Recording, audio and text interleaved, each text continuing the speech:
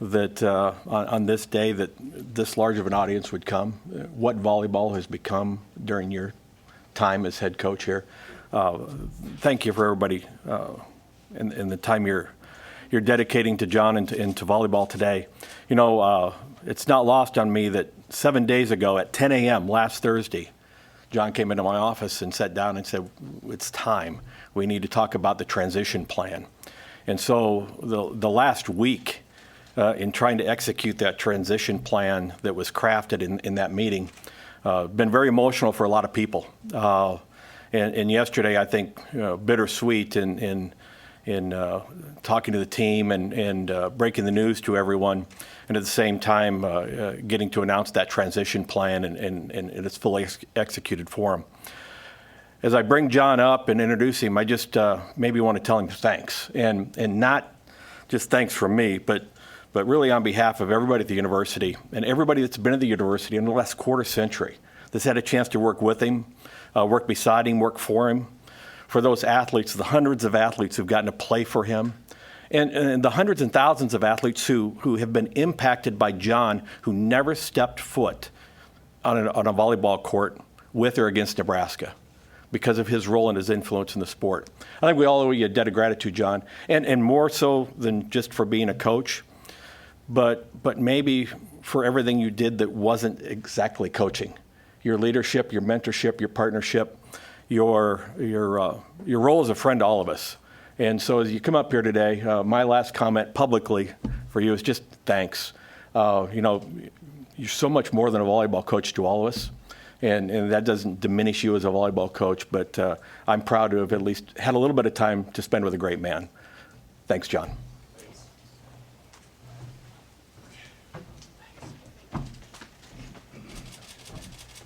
Well, Nate really didn't tell me what to do on this because I haven't done one of these before, but I'm a little late. Apologize. I was speaking to landscapers this morning over at Innovation Campus, which I had scheduled, but we forgot about it. I got to start off by first, I've been thinking about this sharing this with you because I always have to have something for Tom Chattel.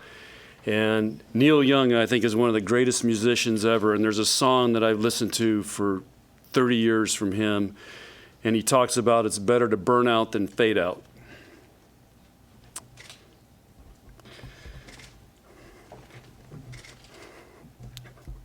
Like I said, I haven't been through this before, but I've always approached that I was going to go as hard as I could, and when the day came and I felt like I've done enough, and that's what happened last week.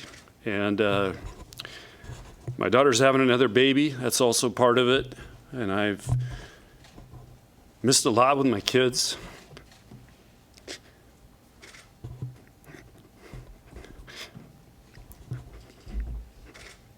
Sorry. But I want to be there for those grandkids. Also, Coach Pettit left this program in a great spot for me, and I feel like Nebraska volleyball is in the best spot it's ever been since I've been here with our team. And I'm talking about our team's going to be a great team. They have a chance to be a great team. But this team, just to give you an example, I met with him yesterday. Troy talked to him, did an amazing job. Of course, there's emotion, sports. It's what you want. The first thing they did, they go, we need 5 minutes. They went and met, and they started talking about how they're going to support Danny. To me, that validated it all. So I feel really good about putting Danny in a position to keep this program going. And we've learned lessons here since I've been here in the last 25 years, how it can go bad. And we got to do everything we can to keep Nebraska volleyball going. And Danny's, she's the right person. So I feel really good about handing this over, and it feels like it's the right time. I want to for Danny, she's done one of the greatest turnarounds in the history of college volleyball. 8 years, she's been to 3 Final Fours, played for 2 national championships, in a program that was a mess. And the fact that she coached here, and I don't know if you guys know this, but she also played here, won a national championship. And when she said she wanted to go into coaching, I said, Danny, you got to go away from here. And she went to some tough programs, Louisville, Tennessee. I can't remember. There's one other one. And then she came back here to coach, and we won another national championship. And then she's gone on to Louisville. She bleeds Husker. The other thing I want to point out is Coach Osborne went 25 years. He's been my greatest mentor. And I went 25 years. So I called him the night before, or 2 nights ago, to thank him.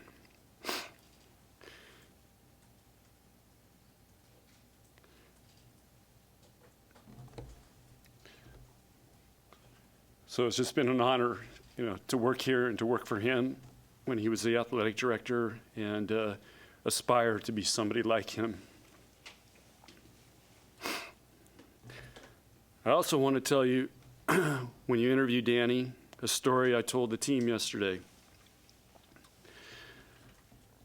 Danny was from Adams Central, or Adams Freeman, and she was the first girl I ever saw that could do a fadeaway jump shot in basketball. I was watching state tournament, recruiting her. She's doing jump shots. And I'm thinking, wow, this is an athlete. So we tried to make her a setter, because she was a softball pitcher, so she didn't have very good arm swing to hit.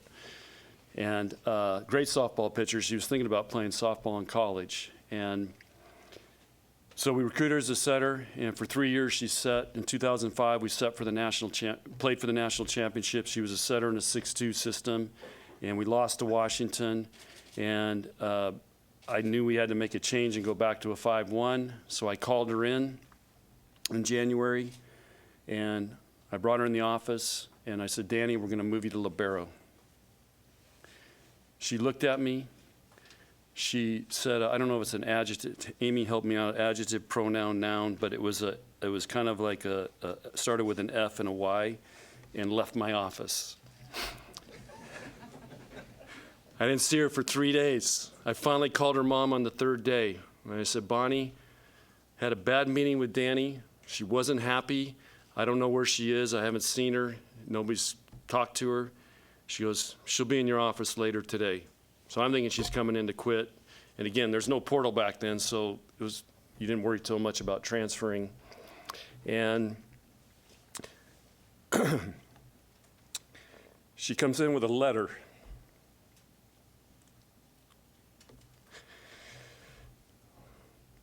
And this letter talked about she was going to do everything possible to help that team, whatever role that she was asked to do, she would do it. And that team elected her captain, and we won. 1 year she played libero. She ended up playing great. We won the national championship. And she was a great leader. And that's when I knew she would be a great coach. So sometimes as coaches, we learn those lessons, and we got to go through them as players. And so she's paid her dues, and she understands what it takes, and that's why she's been so successful. The other thing I've been thinking about is I want to thank all the coaches, the players. I haven't even got through all my texts and emails yet. Just how many people, like Troy said, appreciate Nebraska volleyball. Feels great. Because we want to be a difference maker, and we want to leave a legacy. And so I feel like we've done that. But it's been a team effort. And I also want to thank Troy and Kristen. The last week, what they've pulled off is unbelievable to me. How all this happened, how fast it happened, and how they did everything. We kept it top secret. Troy's like, we go to China, there's got these guys that get these plates going everywhere. They got like 25 plates all spinning on sticks. I feel like that's what Troy's been doing the last week. And he's done an amazing job, and Kristen's done an amazing job as well, so I want to thank them. And he's made this feel really good for me, and very valued. So that's what I got. And again, I just want to hammer the point that I've had more fun coaching the last 2 years with this group than I can remember coaching. It's been a blast. And I've always wanted to go out on top when it's really fun and I'm enjoying a group. I didn't want to go out where, God, it's miserable. It's time, I want to get out. And so that was one of the hardest things, and I tried to explain that to our team. I have so much love and respect for them, and they're so much fun to be around, and they're just a great group that was the time to go out, feeling it like I was at the top. And also, if you look at the last 10 years here, it's been the most successful, the greatest run we've had since I've been the coach here. And so, again, I just feel like we're at the top of our game, and it's a great time to be a cheerleader now. So what questions can I answer? You alluded to it, but why now? Was there a light bulb moment for you? What transpired for you since the season ended to last Thursday? I don't know if there was a light bulb moment. It's just a feeling. And I've talked to some other people who have retired or just retired, friends of mine. And of course, I've studied Saban and those guys. It just was a feeling. And I started feeling it. And like Troy said, I came in, Troy, I think we need to start talking about a succession plan. Is that now? Is it 9 months from now? What is it? And just as we started moving through it and talking to Danny, it just felt like now was the right time for her, for me, and for the program and the team. I want to give her the best shot and the best runway going into this season. And so I think that was the biggest part. But there wasn't a moment. It was just a feeling that started happening. And it was hard to work through. I mean, I've had a knot in my stomach for weeks. But like I told you all the things, I just feel really good where our program's at and where our team's at. It's a feeling of accomplishment, and I'm content. I feel like I've done everything I can do. I mean, what's left to do? There's going to be a new challenge out there. We're going to open at PBA. That's going to be one. And these are ones for Danny now to take on, and Kelly and Jalen and our Lindsay. There's going to be new things. The revenue share is new. That's going to be a whole nother animal to tackle. I think the Big Ten, there could be some type of tournament. So there's just going to be a lot of new things, and I just think I've done everything. The only thing left to do was to continue to try to win more games. And so I just felt like it's time to make that change now. And it was a feeling, and it's a freeing feeling, and it's am I going to miss it? Hell yeah. Yeah, I'm going to miss it. But I'm going to be the biggest cheerleader. Hey, John, through the last couple of years, what were your conversations like with Danny, and how did they evolve to get to the point where they were in the last week? Well, this all really started, and I can't remember how many years it goes, but Danny and I always, whenever we go recruiting and we're in the same recruiting place, we always pick a really nice place to go to dinner. She always dresses up. I'm just wearing this, and we just visit. And it was a few years ago when she was got a new contract. She said, I put in there, I have a non-buyout clause with Nebraska. And I said, so that means you want to come back? And she said, yeah. And so that's kind of where it started. So that was it. And it's just, but she planted that seed, and I knew that was her dream, and I called her after Christmas. I don't remember when, but I just said, Danny, this is how I'm feeling. What are you thinking? And so we just started talking a little bit about it. And of course, it's Troy's decision, and he had never really met Danny. So all I did was say, I think this is who should be the next coach here. And then I think if you ask Troy, I think Danny did a hell of a job convincing him in that.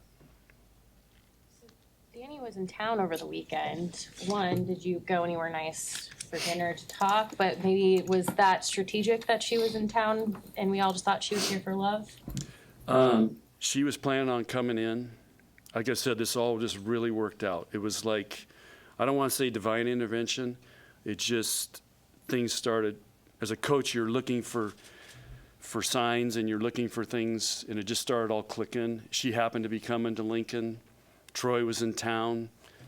She came to see her players. I went to the first pro match that I've been to because they invited me to come up there. So it just all started happening. So we made it happen, and we were able to fool Kelly and Jalen. They didn't know, so that was the biggest win. So, and Lindsay. So it was kind of top secret type stuff, which is kind of fun. But Amy, I want to finish answering your question because you look for signs, and on Monday morning, it's today Thursday, Monday morning I was in Ord, Nebraska. And I was there doing a visit to put our spring match there. And they asked me to go over to the Grandview Old People's Home is the best way I can describe it. So I went over and talked to the people that live in Ord, Nebraska. They were super fired up. They're all wearing red. And so and these women are telling me about playing volleyball in the Sandhills in the 50s. It was awesome. And I said, well, how many were on a side? They couldn't remember. But they did remember you could hit the ball twice and it wasn't you wouldn't lose the point. You could actually hit the ball, set yourself and hit it. That was one of the things they said, it was in the rules. As I'm walking out, there's this old man, has to be in his 90s. He's on a cane, and he's hunched over like this, and I'm walking out the door. He never said a word the whole time, and he goes, Coach, who's going to be the next coach at Nebraska?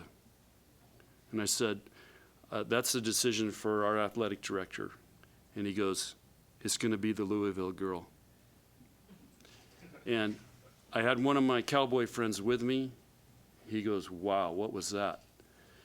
And I just feel like there was a sign. How did he know? I don't know if it's a sixth sense, but I didn't go in there and talk about retiring. I mean, I was in there just talking to him. And that if there was a moment, that was it right there. How do you see Danny continuing your legacy of dreaming big and elevating this program and the sport?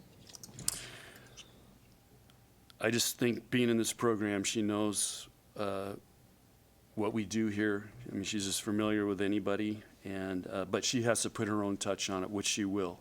She's going to dress a lot better than I did. She is going to have more fun with our players, I think, than well, of course, I got into TikTok, so, but I don't know. I've watched her and talking coaching over the years with her. She has a way about her that with her players, they love her, they have fun, they do fun things. So I think she's going to put her mark on it, but it's still going to be Nebraska volleyball. John, with the close relationship you have with this team, how do you describe the difficulty of telling them of your decision? Well, I called in Harper first because I knew that would be the toughest one. I didn't even get to the T in retirement, and she was very, very emotional. So once I got through that, it was a lot easier to go with a team because I knew that would be the tough one. They all responded really well, but again, it was tough, but I just pretended I'm giving them a pregame pep talk. That's what I told myself. And we did it. And again, I was so pumped up. Their first reaction was, we're going to meet. And when they went to meet, I didn't know what they were meeting about. I'm like, wow, are they going to start talking about going in the portal or what? But they made a commitment to help Danny. Can't ask for anything more than that. You said that you're planning to be one of the biggest cheerleaders in the future. How involved do you want to be there for Danny, phone calls, whatever? Whatever Danny asks from me, I'm there, and I'm going to help out with the athletic department and with Troy. We haven't got that far yet, but I want to still be involved and help out any way I can. If they need me to coach linebackers, I'll do that. But Danny, I want to help her with the transition because there is some unique things here, and we're looking at contracts and all kinds of things with, you know, schedules and things like that, camps. So I've got to help her transition through a lot of that. But then I'm going to be here for whatever they need, and I'll take the cues from her and Kelly and Jalen and Lindsay. And the players, whatever they need. I want to be here for them, and whatever I can do to help this athletic department, because I'm really excited for where this place is going and the leadership that Troy and his team is providing. This is an awesome place to be around right now. What was your mindset like when you had that meeting with Troy? Did that kind of add some realness to the decision, or when do you think that decision will feel real? Troy was awesome, and you know, I think we talked. Troy and I talked. I'm not sure he's had many people retire. It's more they got fired, so he was awesome in leading me through it and talking me through it, and it just because I didn't know what to expect and I didn't know how I would feel, but he was. If there's a mentorship right there, it was he took the lead and talked me. We worked it through it, and. The other thing is he kept checking on me every day. First thing in the morning, Coach, how you doing? How you feeling? And as we're working through it. And so, again, he did an amazing job.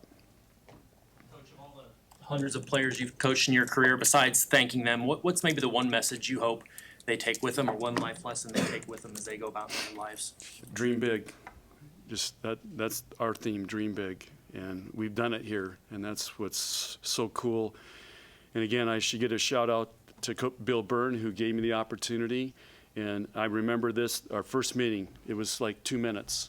He goes, John, I'm never going to, you ask me for anything, you tell me anything you need, I'm never going to tell you no. We may not be able to get it done, but I'm never going to tell you no. And right there was the permission. He gave me the keys to dream big. And again, if you could look at our first year, I took a team to China. No team had ever been to China. And, you know, we could do a documentary on that trip, but that was the first international trip Nebraska ever went on, and we were the first college team ever going at the time was communist China. How important was it for you to have Jalen and Kelly and Lindsay stay on this staff, and how much is that going to help with the transition with Danny? Well, it's Danny's call, but she knows these guys really, really well. She's been working with Jalen on USA teams and camps, so I think it was just a natural thing, and it's going to keep consistency with our team and what we're doing, and allow Danny to really work on not having to work on the day-to-day things right now and figure all that out. Just think if she's bringing in a whole new staff, they don't know anything, man, that would be a big hill to start climbing. So this is going to be a great transition for her, and allow her to hit the ground running. And again, they know each other. Kelly, where's Kelly? 2 years ago, Kelly, was it when you went down and watched Louisville train in the spring? Kelly, wherever you are? Yeah. So Kelly got in a car. Where were you guys? You got in a car with Danny and their staff and drove to Louisville. Yeah. So that's how comfortable they are. So it was an easy transition. Or are you still? You know how to dig.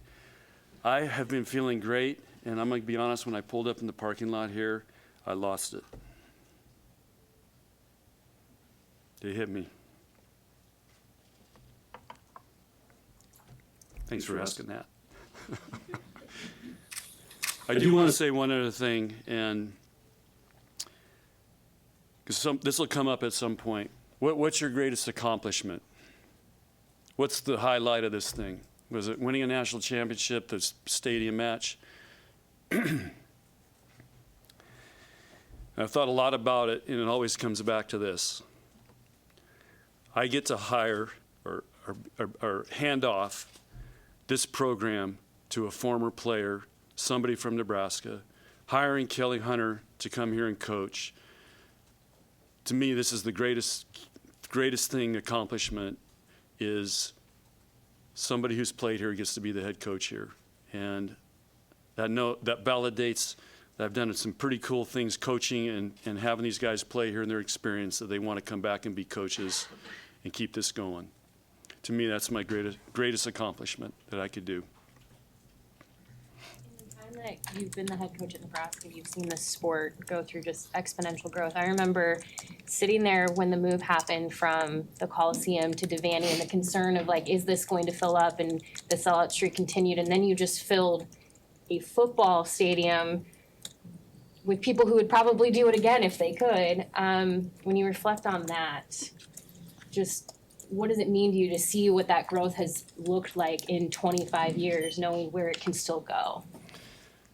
Yeah, and you're right. We're going to find out a PBA now, and so we're going to make that step. Our fans we say we have the greatest fans, we do, and volleyball is a state treasure here, and I think it's in the DNA of this state. And again, you look at all levels of volleyball, high school to Division I, they're all ranked, doing really well. So volleyball is a big deal in this state, and again, there's a lot of great coaches and a lot of great programs, and I think we've kind of been the leader of that. And you look at the pro league now is breaking records for attendance, so people love volleyball here, and you got to give credit to all the players that played here in Nebraska have been the role models of that. And I think playing in the Coliseum got everybody, I've heard this so many times. I finally got to go to a match. I want to get season tickets. I mean, people fall in love with it. So, yeah, I just, and it's going to keep going. And we have a huge waiting list for tickets.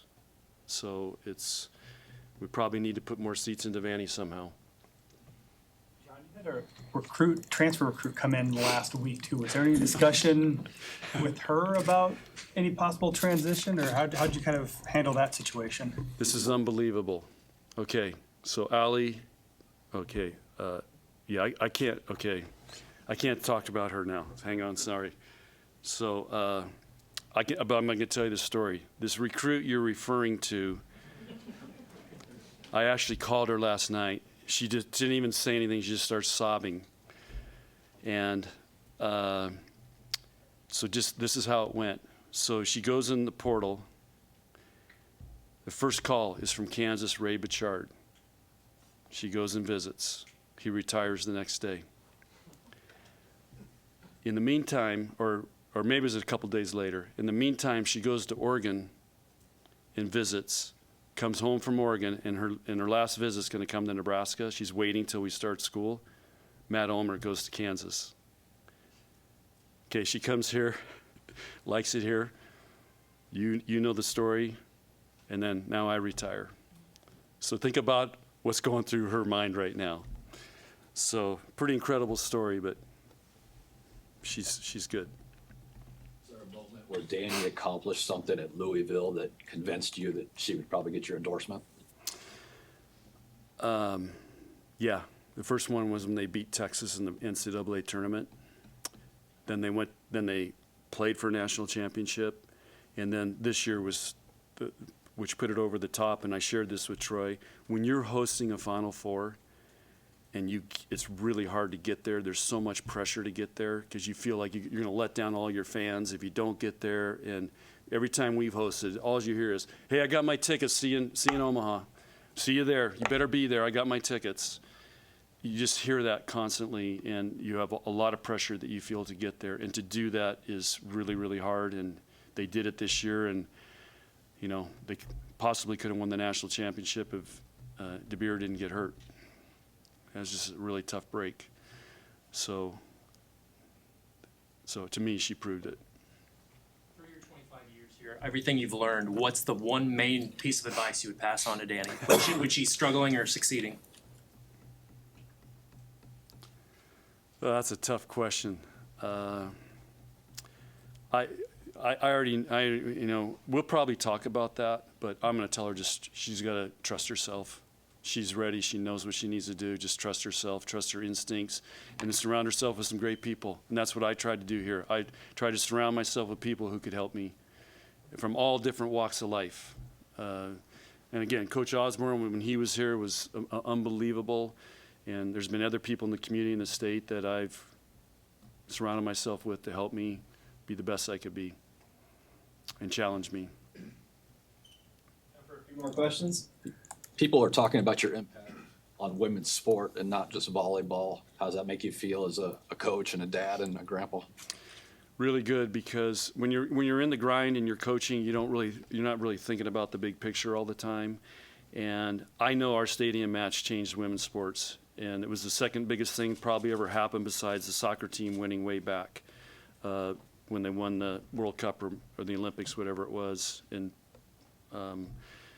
so we've had a major impact on that. And again, I told our team when I first got here, we were over in the Coliseum, and they had one toilet and a pipe coming out. That was no shower head. That was the shower.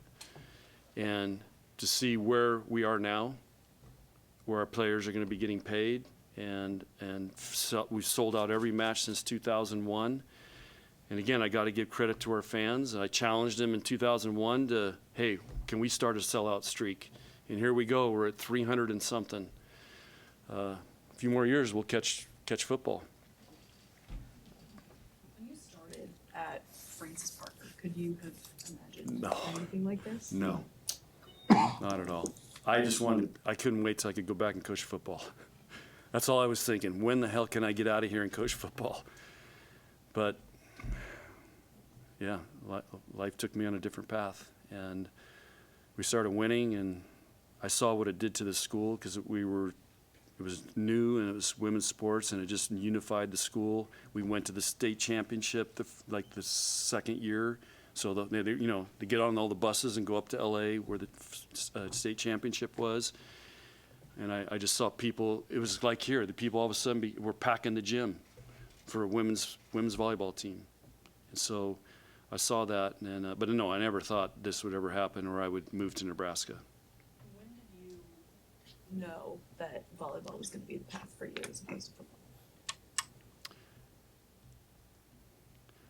Probably after about 4 years of teaching, Wendy told me I should go get my master's degree. And I went to San Diego State. There was 2 professors that were world class, worked with Olympians, and I got it. They didn't call it sports psychology then, but now it would be called sports psychology. And we started doing research projects with my volleyball team, and I started a club team, and we started doing research projects. And that's when I became really into it, and I did a master's thesis on one of my club teams. And ironically, the University of San Diego coach was on that team, and she's done a great job, went to the Final Four 2 years ago. And so you just never know when you're making an impact on somebody. But I think that's when I thought, this is pretty cool, and I really got into it. John, of all your career highlights over 25 years, what's going to be your fondest memory? Yeah, I don't know. The picture I have behind my desk is of our 2008 team with Jordan on there, and we came back and beat Washington in that regional final. And her mom couldn't get to the match. It was one of the greatest comebacks I've ever seen.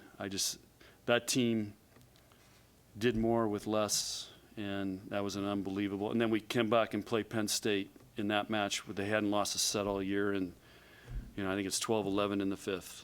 So probably that week that's why I have the picture behind my desk. Are you looking forward to spending some more time with the horses as opposed to club tournaments or the minutia of being a coach? I brought my cowboy hat. So I want to get a picture with an interview with my cowboy hat on for my cowboy friends. But I don't know if you guys know this, but we're actually putting on a John Cook roping classic April 12th and 13th out at Sandhills Global. It's going to be a great event. It's going to be one for my level and one for the pros. And it's going to be a blast. And we're selling tickets. We're going to raise money for UNL Rodeo Scholarship. And we're doing a whole kids, Saturdays all kids roping and kids clinic and being with those young kids, and then Sundays when they're roping for money. And again, we're going to give it to the scholarship. Rodeo team's going to be there to help, and there's going to be ropers coming in from all over Texas, Oklahoma, Wyoming. These guys, the big guys, are coming in. What you say to the players to calm them down and make them feel good about this transition? Well, we just met, and they did their thing, and right away Danny got on a FaceTime with them, and they should be meeting with them this afternoon.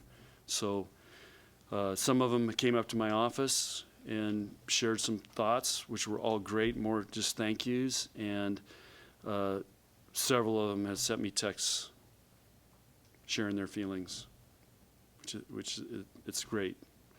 So. How has coming to Nebraska maybe changed your life, made you who you are today? Dr. Gould says it best. I'm a Nebraskan by choice. So I wasn't born here, but I really feel like I'm a Nebraskan. It was by choice. But I bleed Husker, and it's the greatest thing I think that ever happened to my wife and I to move here. It was really hard because we were living in San Diego. I wanted to be a teacher because I could go all summer to the beach. So that's all I wanted to do, and then coach football. And I don't know if I've ever told you guys this story, but I got offered the job. My wife was an accountant. She quit her job at Price Waterhouse. We had a pickup truck and a U-Haul. We drove all the way to Ogallala on the first night. It's August 5th. This is 1988. We pull into Ogallala. It's 105 degrees. The south wind's blowing, and if you've been to Ogallala, there's a big feedlot. And we're like, what's this smell? There's cockroaches in the room. She starts losing it. What the hell are we doing here? That was her first impression of Nebraska.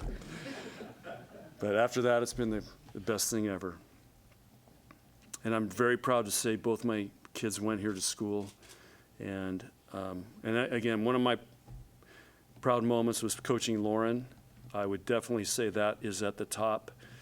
And my son getting his master's degree here. We'll wrap it up there. Thank you, everybody, for coming. Thank you, Coach. Okay, thank you. Go Big Red.